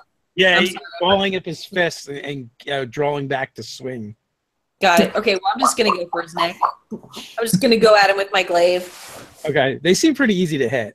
Yeah, this shouldn't be too big of a deal. Oh. 16 to hit. What? Okay. Let's see here. Where's my... It's not the one. Where's my... Let's see. Okay. So 15 damage. Okay. So you slash at it. Open up a gash from like its shoulder to its wrist. It's just hanging open like roast beef. So it's just like walking meat. That's it. Okay. What's Agnetha doing? No, I rolled a 3 and a 1. That's not very good. So 9 would be my highest attack, and that's no bueno. Well, but remember you're blessed, so you could add up to 4 to that. Roll a So you d4. roll a die 4, yeah. If they're easy to hit, you've got a chance. Okay. Oh, a 1. That actually hits. Wow. Awesome. I'm like, no way. That is horrible. It like by the, lurches into by the your power back. of L even. Okay. Okay, so now I'm going to roll again. Now you roll your damage. Roll my damage. Okay. There is my... Okay, here we go. Ooh. 17. Not too bad. Okay. So again, you just open it up from its hip to its thigh, just meat hanging out. And it's still like, and you're the last one to attack it, so it just kind of turns towards you, and he takes both of its fists and just tries to slam them together with your head in the middle, which it does. Wait, can I take like movement to like at least dodge this mofo, or am I like right in the act? Well, you could have moved away, But it's too late to say that. yeah, Got it. and you would have drawn an attack of opportunity. Well, you have a glaive, so probably not. I need to use my movement more often. Damn it! I just stand there and get hit. Noob. It's half the fun of barbarianing. She's like, Barbarian. first. Barbarian is now a verb. Barbarating, perhaps. Barbarating. So a total of 31 points of damage as two meaty fists collide with your head in the middle of them. All right, 16 points of damage isn't too bad. I take half But- of that, right? Yes, you take half of that for being a barbarian. But Um, fortunately, it's Agnetha, so he hit you in the head, so it's not going to do too much damage. It just enrages me more. Nothing you can hit to the head is bad for me. That's awesome. Okay. And all right, so that brings us to you're up, Deneen. What? No, it's Kath. I've only shot Well- one time. Oh, sorry. Yeah, we kind of like put you back in the order. Oh, sorry. Oh, yeah, that's true. Our initiative changed when. Okay, so is it my turn or? Yeah, it is your turn. Okay, so Deneen, at this point, these things, like she feels sorry for them, but they're not. They gotta go. This is not good. So she'll draw and make a bead just for the head of this thing, hoping to finish it off. And it's 27 damage. 27. That will Oh, definitely do it. You take it. You actually hit it, and it stumbles back to the kind of like the table that it was on, and with a thock, it kind of pins it to the table by its head in your arrow, and it kind of for a little bit, and then it just stops. Goes limp, and then as the creature actually drags it to the ground, the arrow just like rips out of the skull, like dividing the skull. Ugh. So it's quite the gory mess. Lovely. This is And horrible. then the workshop goes deadly quiet. that was weird. Well, it's done. Let's get these notes and stuff for Kenna. And Deneen will go over and try to pry her 2 arrows out of here, out of the wood. Because she's not leaving anything of hers here in this manor if there's any chance of the monarch coming back. So, after you guys thoroughly search this place, you don't really feel like anyone's been in here since the last time you guys have been here. You're able to, collect all the notes and stuff. You do find various alchemical supplies as well as gear. It's a little bit much to haul out of here. You'd probably have to go get a wagon or something, but you could if you wanted to. Well, maybe we can fill up this silk bag. Yeah, when you start doing that, a lot of stuff actually fits in there. Neat. Not everything. Like literally, there's like crates of stuff.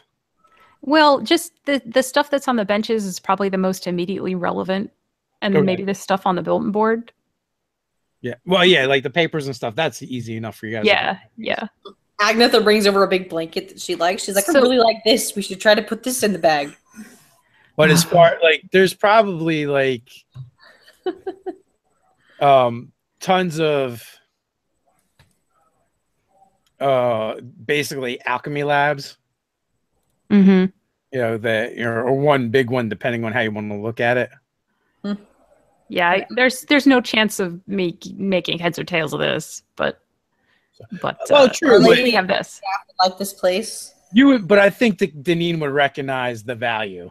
Sure, which is wonderful, but the only way we're going to get it is if we probably bring the Vardo back here and load it up. Well, if there's a cart around. Yeah, well, Kenna usually brings her Vardo when we go on the barge, so there should be. What's Vardo? It's like a gypsy caravan wagon. Okay. Well, even if there's like a cart around the state or something like that, then Arun might pull it back for us. Yeah, once you guys look around for a while, you actually will be able to find a cart, because clearly the monarch was moving the stuff from here and to here somehow. Well, then let's swipe all the things. Did we find any liquor around? Nothing like that. You probably, yes, you absolutely found one cabinet, and it had several expensive bottles of wine. You're gonna drink stuff that you take from this guy, Agnetha? Are you serious? Absolutely. I told you I can cure poison.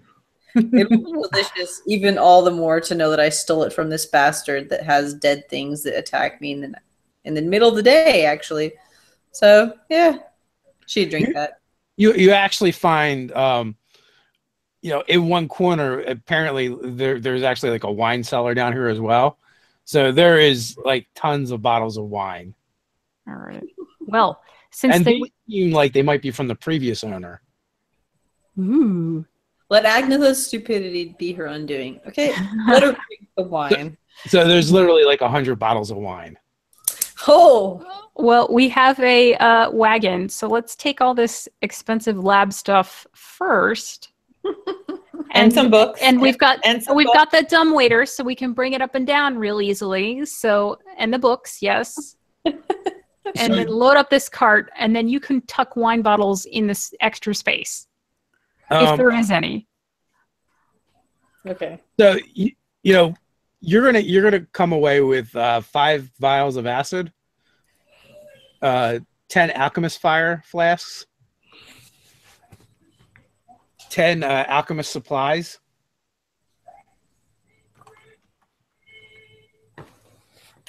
and then you also find 3 bottles that are liqueurs and not wines.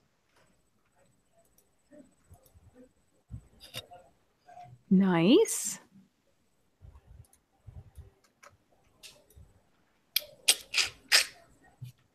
So with that, you guys are able to load that stuff all up and get it back to the barge without a hitch. And I'll also wrap up carefully in like some linens or some of the drop cloths from the furniture, some of the fancier looking alchemy glassware, and it can be a present for Sheena.